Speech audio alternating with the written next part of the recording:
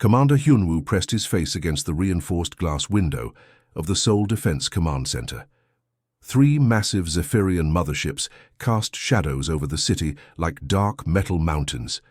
Each vessel stretched over 2 kilometers long, their hulls covered in strange geometric patterns that seemed to shift and pulse with alien energy. The air itself felt heavy with the electromagnetic fields radiating from their advanced technology. The alien contact had begun 72 hours ago, when long-range sensors detected the fleet approaching from beyond Neptune. Earth's combined space forces scrambled every available ship, but the dozen human vessels looked like toys compared to the Zephyrian armada. Within minutes, the aliens had disabled Earth's orbital defense platforms with weapons that fired streams of crackling blue energy, leaving humanity's homeworld completely defenseless. Now the real humiliation was about to begin. The United Nations Emergency Assembly had been hastily convened in Geneva, with world leaders gathering to face humanity's first contact with an advanced alien civilization.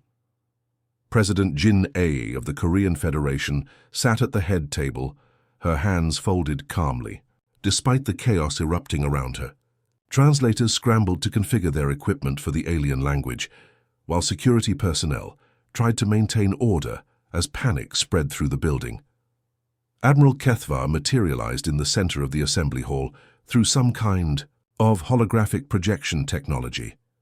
His towering 12-foot frame dominated the space, covered in natural armor plating that looked like polished black metal. 6 arms extended from his torso, each ending in razor-sharp claws that could easily tear through human flesh. His head was triangular and massive, with a cluster of bright yellow compound eyes that moved independently, scanning the terrified human faces around him. "Greetings, small ones," Kethvar's voice thundered through the translation system, each word dripping with condescension. "I am Admiral Kethvar of the Zephyrian Dominion Fleet. Your pathetic species has caught our attention during our expansion through this galactic sector." The aliens' compound eyes clicked and whirred as they focused on different human representatives. "Look at these tiny creatures," he continued, gesturing with one of his 6 arms. "You scurry about like newly hatched younglings, playing with primitive chemical propulsion rockets and crude nuclear devices. Your entire civilization barely registers on our technological assessment scale." President Jin-ae stood slowly, her voice steady despite the aliens' intimidating presence. "We welcome contact with your empire, Admiral. Humanity seeks peaceful coexistence and cultural exchange with all intelligent species." The sound that emerged from Kethvar's throat translator was unmistakably laughter, a harsh chittering noise that made several diplomats flinch. "Peace? Cultural exchange?" The alien's massive head tilted to one side. "You speak of peace when your species cannot even achieve faster-than-light travel without stealing technology from crashed alien vessels. Your largest military ships would serve as lifeboats on our smallest transport craft."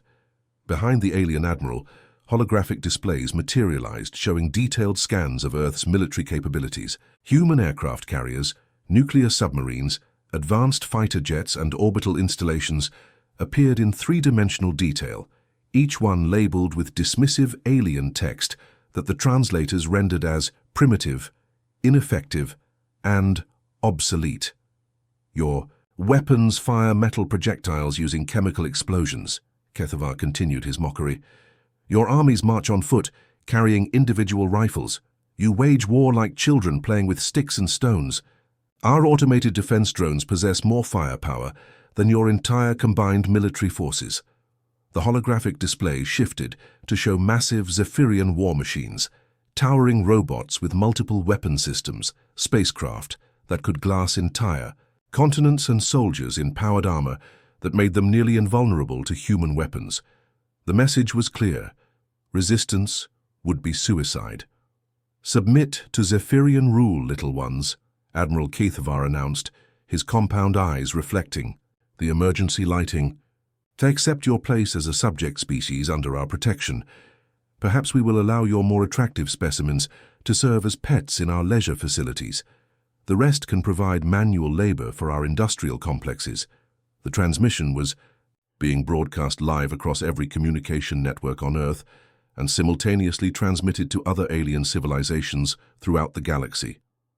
Humanity's first contact with advanced alien life was being turned into a cosmic joke for the entertainment of superior species. 100 kilometers away, in the underground military command bunker beneath the DMZ, Captain Minho watched the humiliating display on multiple screens.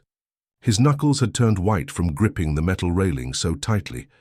Around him, military officers from every branch of the Korean armed forces stood in stunned silence. "Pets," Minho muttered through clenched teeth, his voice barely audible. In the tense atmosphere, Lieutenant Soo Jin, his longtime communications officer, moved closer to hear his words. "They actually think we're just children playing soldier," he continued, his voice carrying a dangerous edge that Soo Jin had learned to recognize over years of serving together. "They have no idea what humans are capable of when we're pushed into a corner."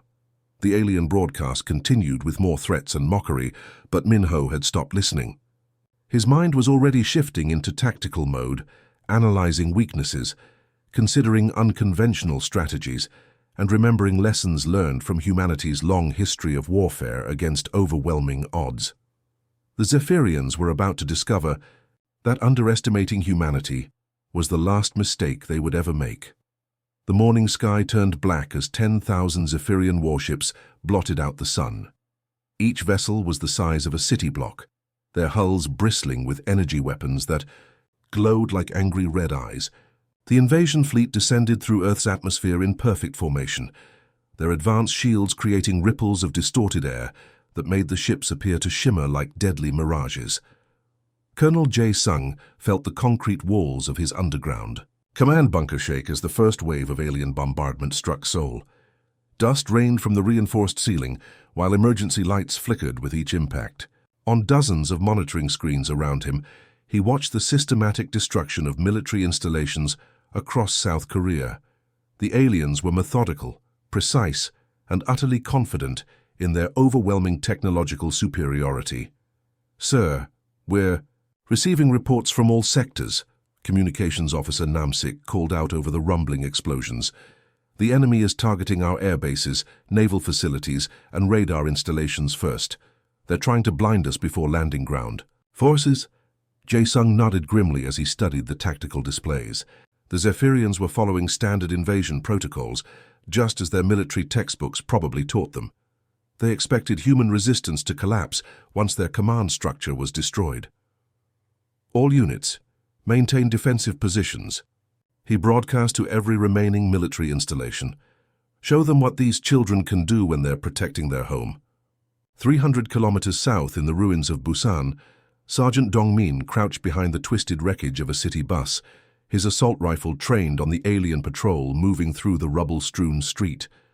The coastal city had been hit hard during the initial bombardment, with entire blocks reduced to smoking craters. But the Zephyrians had made their first mistake by assuming the destruction would break human morale. The alien soldiers stood nearly 8 feet tall in their powered armor suits, each one equipped with energy weapons that could punch through tank armor. Their six-limbed movement was both graceful and terrifying as they swept through the devastated urban landscape. Through their helmet visors, Dongmin could see their compound eyes scanning for human survivors. "Remember what we practiced," Dongmin whispered into his radio to the 5 soldiers hidden in positions around the intersection. "Wait for my signal, then hit them fast and hard." The Zephyrian patrol leader raised one of his 6 arms, signaling his squad to advance toward what appeared to be an abandoned apartment building.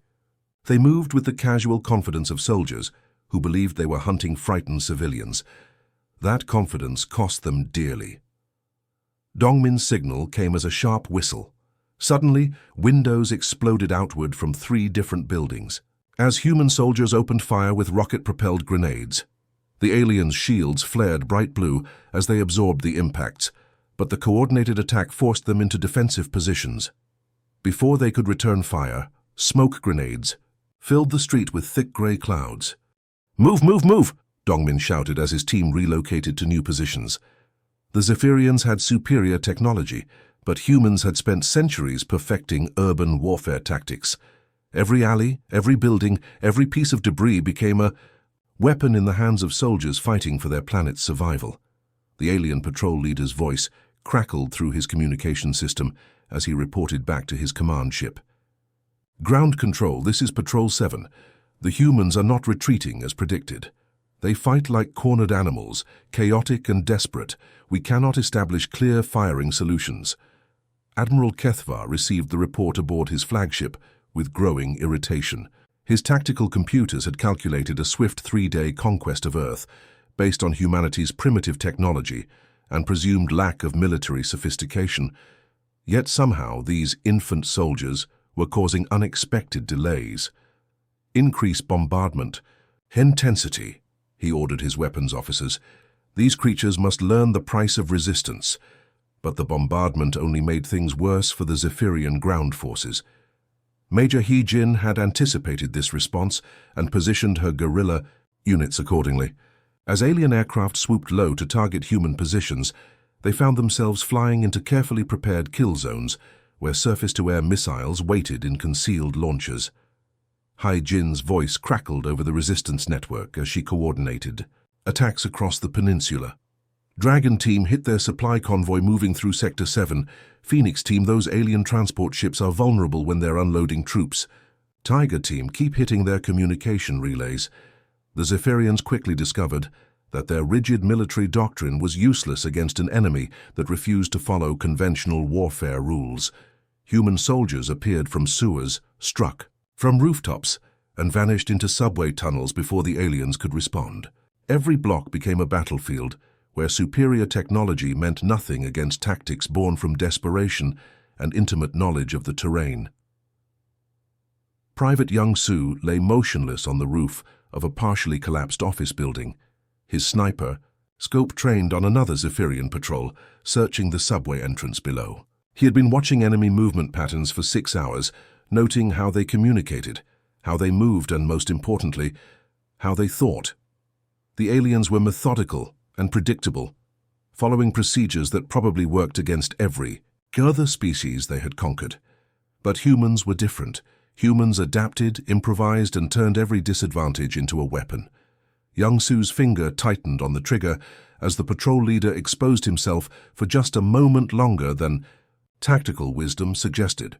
The armor-piercing round found its mark in the gap between helmet and chest plate, and another alien invader learned too late that Earth's children had very sharp teeth. The 3-day conquest had become a grinding war of attrition, and the Zephyrians were starting to realize they had seriously underestimated their prey. Admiral Kethvar's compound eyes clicked rapidly as he scanned the holographic tactical display floating above his command bridge. Red warning markers indicated 17 missing patrol units across the Korean peninsula alone. His 6 claws scraped deep grooves into the reinforced metal console as his frustration mounted. "Where is Patrol Unit 7?" he demanded, his voice carrying the dangerous edge that made subordinates tremble. The bridge crew of his flagship worked frantically at their stations, trying to make sense of the impossible situation unfolding on the planet below. Sub-Commander Vrexhai, his second-in-command, manipulated the holographic controls with 4 of his arms while his compound eyes processed multiple data streams simultaneously. "They reported in at 0300 hours, sir.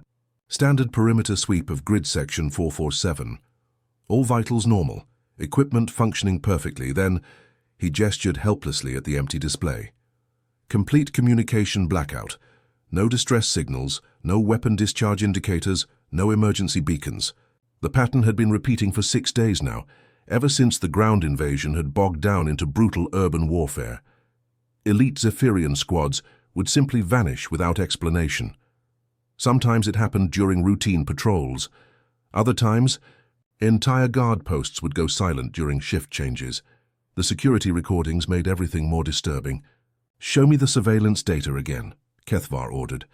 The main screen flickered to life, displaying grainy footage from Security Camera Unit 7739 at Forward Operating Base Delta.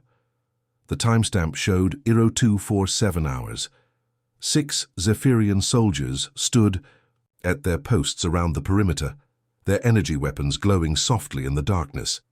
The aliens moved with the confident efficiency of an elite military force, scanning sectors, checking equipment, maintaining perfect formation. At 02:48 hours, the camera briefly flickered with static interference. When the image cleared 3 seconds later, the guards were gone. No bodies, no weapons fire, no signs of struggle, just empty posts with their equipment scattered on the ground. "Run the enhanced thermal analysis," Vrexhai commanded the technical staff. The footage replayed with heat signature overlays. During those 3 seconds of static, ghostly thermal images moved across the screen like shadows. Human-sized shapes that seemed to flow rather than walk, approaching the alien positions from impossible angles. The thermal signatures were wrong somehow. Too cool for living beings, yet clearly moving with purpose and intelligence. Captain Tae-hyun lay motionless in the tall grass on a hillside overlooking Zephyrian Forward Base Charlie. His ghillie suit made him invisible against the natural vegetation, and thermal dampening gel kept his body heat signature below detection thresholds. For 72 hours, he had been studying every detail of the alien installation through his advanced night vision scope. The base contained approximately 300 enemy soldiers, plus automated defense systems and armored vehicles. Under normal circumstances, it would require a full battalion with heavy artillery support to assault such a position. But these were not normal circumstances, and Tae-hyun was not planning a conventional attack. "Ghost Team Alpha, you are clear." For insertion, Lieutenant So Young's voice whispered through his bone conduction communicator. Her tone was calm and professional, but Tae-hyun could hear the tension underneath. What they were attempting had never been tried before in military history. Tae-hyun slowly shifted his scope to observe the infiltration routes his team had identified. The Zephyrians relied heavily on their advanced sensor technology, but that reliance had become a weakness. Human special forces had learned to move in the gaps between sensor sweeps, to exploit the blind spots in alien psychology, and to turn their enemies' overconfidence against them. Wraith 1, moving to position. "Alpha," came the barely audible voice of Sergeant Kyung-ho through the comm system. Tae-hyun tracked his teammate's progress through the thermal scope, watching as the soldier moved like liquid shadow between alien patrol routes. The Zephyrians had no concept of stealth as humans understood it. Their society had developed around direct confrontation and overwhelming technological superiority. They expected enemies to announce themselves with energy weapon fire and frontal assaults. The idea that intelligent beings could become invisible predators was simply outside their comprehension. Inside the alien barracks, Corporal Woo Jin moved through the ventilation system with the patience of a hunting spider. The air ducts were designed for maintenance robots, not human infiltrators, but months of brutal training had prepared him for exactly this scenario. Below him, 40 Zephyrian soldiers slept in their regeneration pods, completely unaware that death moved silently overhead. The aliens' natural armor plating made them nearly invulnerable to conventional weapons, but human intelligence had identified weak points. The joints between armor segments, the breathing apparatus connections, the neural interface ports on their necks, places where a razor-sharp blade could find flesh if wielded by someone skilled enough to get close without being detected. Woo Jin had been moving through this facility for 6 hours, mapping every corridor, every guard rotation, every security protocol. The Zephyrians changed their procedures daily, but they followed logical patterns that human minds could predict and exploit. They were excellent soldiers, but they were not hunters. Back on the command ship, reports continued flooding in from across the planet. Entire Zephyrian companies were requesting immediate evacuation, claiming that human shadow warriors were systematically eliminating their forces. The few survivors who had witnessed these attacks described impossible things. Humans who could become invisible, who could move through solid walls, who could strike from within sealed rooms. "Sir," Communications Officer Tekmar reported with obvious fear in his voice, "Forward Base Echo is requesting emergency reinforcements. They claim to be under attack by human ghosts." Admiral Kethvar's massive frame trembled with rage. "Ghosts? Spirits? These are primitive mammals, not supernatural beings." But deep in his alien mind, doubt was beginning to grow. The Empire had conquered 17 different species across 12 star systems. Never before had they encountered prey that could hunt the hunters with such terrifying efficiency. The humans were teaching the galaxy's apex predators what it truly meant to be afraid of the dark. Fear spread through the Zephyrian fleet like a deadly virus. In the recreation areas of their massive warships, elite soldiers huddled together in groups, their compound eyes constantly scanning shadows for threats that might not exist. The Empire's most decorated warriors, veterans of 17 successful planetary conquests, were now requesting transfers to non-combat duties rather than face another patrol on Earth's surface. Commander Zethrak paced nervously in the briefing room of Assault Cruiser Dominion, his 6 arms gesturing frantically as he addressed his remaining squad leaders. "We have lost 43% of our ground forces in 2 weeks, he announced, his voice carrying barely controlled panic. "Not to enemy bombardment or tank battles, but to something our sensors cannot detect and our weapons cannot target." The holographic casualty reports floating above the conference table told a story that defied military logic. Entire platoons vanishing overnight, guard posts found empty with no signs of battle, elite reconnaissance teams simply ceasing to exist. The few survivors spoke in terrified whispers of shadows that moved wrong, of human soldiers who appeared and disappeared like evil spirits. Deep beneath Seoul, in a heavily fortified bunker, Intelligence Officer Yeon-Soo worked through her 3rd consecutive sleepless night, analyzing intercepted Zephyrian communications.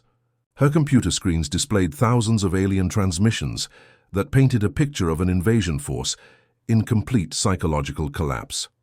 "General Kite, you need to see this," she called out as her commanding officer entered the intelligence center. Her fingers flew across holographic keyboards, bringing up the most recent intercepts. "They're calling us shadow hunters and void stalkers in their military reports. Listen to this transmission from their 7th Fleet Command." The alien voices crackled through the translation software with barely contained terror. "Request: immediate tactical reassessment of human capabilities. Previous intelligence suggesting primitive warfare doctrine completely incorrect. Enemy demonstrates advanced stealth technology and psychological warfare capabilities that exceed Imperial standards. Recommend withdrawal to minimum safe distance pending further analysis." General Kite studied the data with growing amazement. Their entire psychological profile of humanity was wrong, he realized. They analyzed our public behavior, our diplomatic communications, our civilian media. They never understood what humans become when we're fighting for survival. The truth was emerging through hundreds of intercepted alien communications. Small teams of human special forces had been systematically dismantling the invasion force, using tactics that the Zephyrians had never encountered. Navy SEALs moved through alien installations like deadly ghosts. Delta Force operators struck from positions that should have been impossible to reach. Special Air Service teams eliminated targets and vanished before alarms could even sound. Master Sergeant Ho Seok pressed himself against the cold metal wall of the Zephyrian command ship's main corridor, listening to the alien patrol approaching his position.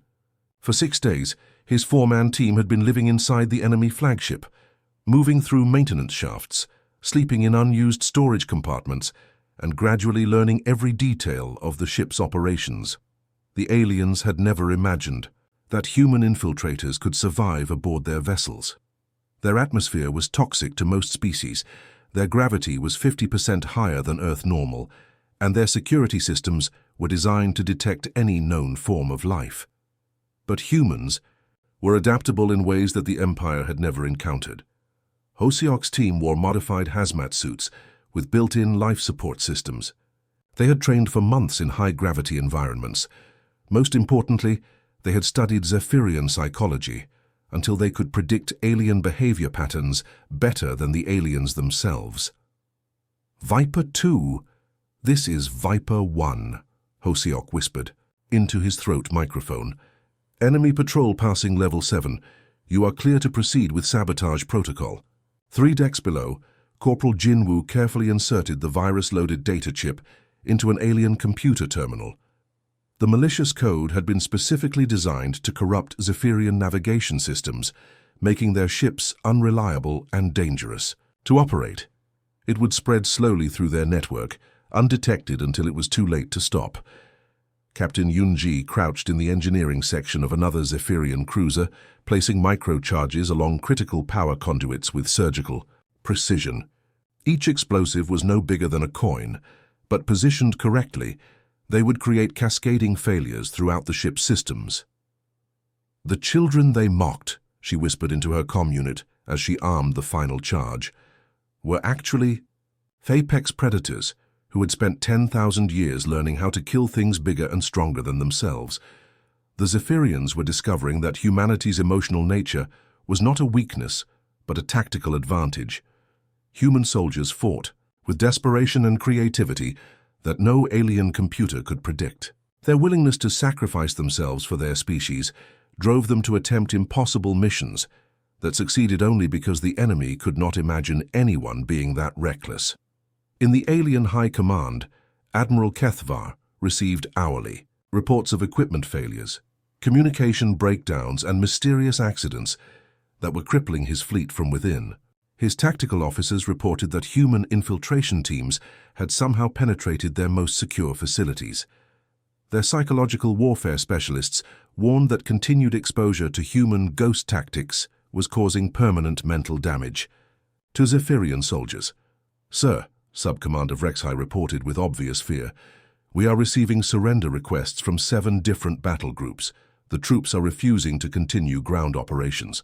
The Empire's greatest military advantage had always been their absolute technological superiority and psychological dominance over lesser species.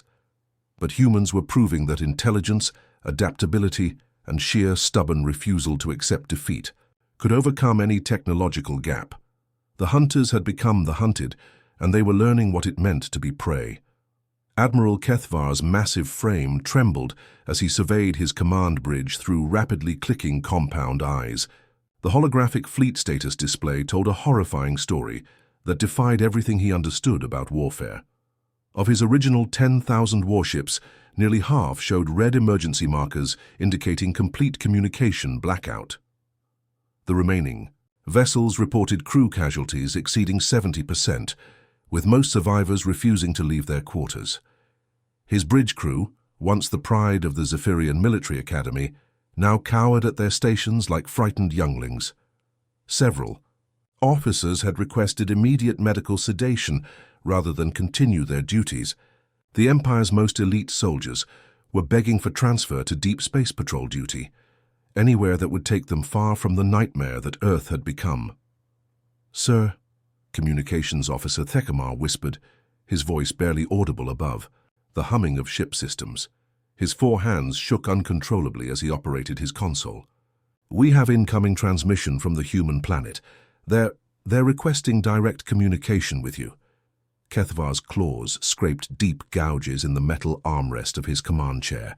In all his years of conquest across 17 different worlds, no inferior species had ever dared to contact him directly. They begged, they surrendered, they pleaded for mercy, but they never made demands of the Zephyrian Empire. "Put them through," he ordered, trying to maintain the commanding presence that had once struck fear into entire civilizations. The main view screen flickered to life, displaying the image of a human male in military uniform. Colonel Sung Ho's face appeared calm and professional, showing none of the terror that Kethvar expected from a member of a defeated species. Behind the human officer, the walls were lined with sophisticated military equipment and tactical displays that somehow looked far more advanced than they should. "Admiral Kethvar," Sung Ho began, his voice carrying an authority that made the alien commander's exoskeleton itch with unease. "I am Colonel Sung Ho of the United Earth Defense Command. You have 1 hour to begin immediate evacuation procedures for all Zephyrian forces in the Sol system. Any delay will result in the total destruction of your remaining fleet." Kethvar's compound eyes blazed with indignation as he rose to his full 12-foot height. "You cannot threaten the Zephyrian Empire," he roared, his voice echoing through the bridge. "We are the dominant species of this galaxy. You are nothing but primitive mammals playing with crude technology." The human's expression never changed, but something shifted in his eyes that made Kethvar's natural armor plating ripple with involuntary fear responses. "We're not threatening you, Admiral," came a new voice from directly behind him.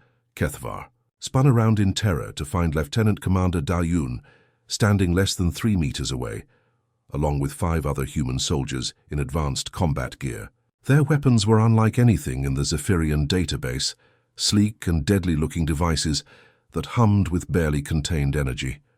But more terrifying than their equipment was the predatory stillness in their movements, like apex hunters, evaluating wounded prey. "Impossible," Kethvar gasped, his voice cracking with disbelief. "Our security systems would have detected any infiltration. This ship is impregnable." Dayun stepped forward with fluid grace, her weapon remaining casually pointed at the alien commander's center mass. "We've been aboard your flagship for 2 weeks, Admiral. We've been watching your routines, learning your psychology, studying your technology, and deciding whether you were worth keeping alive." The bridge crew pressed themselves against their stations in absolute terror as the human soldiers spread out in perfect tactical formation. These weren't the chaotic emotional creatures that Zephyrian intelligence had described. They moved with the coordinated precision of a wolf pack, each member instinctively covering the others while maintaining clear firing lanes. "Your people made a critical error in judgment," Dayun continued, her voice carrying the cold professionalism of a born killer. "You assumed that because we show emotion we must be weak. You thought that because we value individual life we wouldn't be effective soldiers. You were completely wrong about what humans become when someone threatens our home." Admiral Kethvar's compound eyes darted frantically around his own command bridge, suddenly seeing it through human eyes. Every blind spot, every tactical weakness, every predictable behavior pattern that had allowed these predators to infiltrate the heart of his fleet undetected. The children he had dismissed as inferior were actually the most dangerous hunters his species had ever encountered. "We studied your biology during our visits to your ships," another human soldier added conversationally. "Did you know that Zephyrian exoskeletons have a resonance frequency that can be exploited with sonic weapons? Or that your compound eyes create blind spots at exactly 17 degrees vertical? Your species conquered other worlds through technological superiority, but you never learned to hunt." The implications hit Kethvar like a physical blow. These humans had been systematically dismantling his invasion force using skills that had evolved over millions of years of survival on a death world. Earth had produced apex predators who could adapt to any environment, overcome any obstacle, and turn any disadvantage into a weapon. Within 6 hours, the Zephyrian Empire broadcast its unconditional surrender across all galactic communication networks. The message was brief and desperate, warning to all civilizations.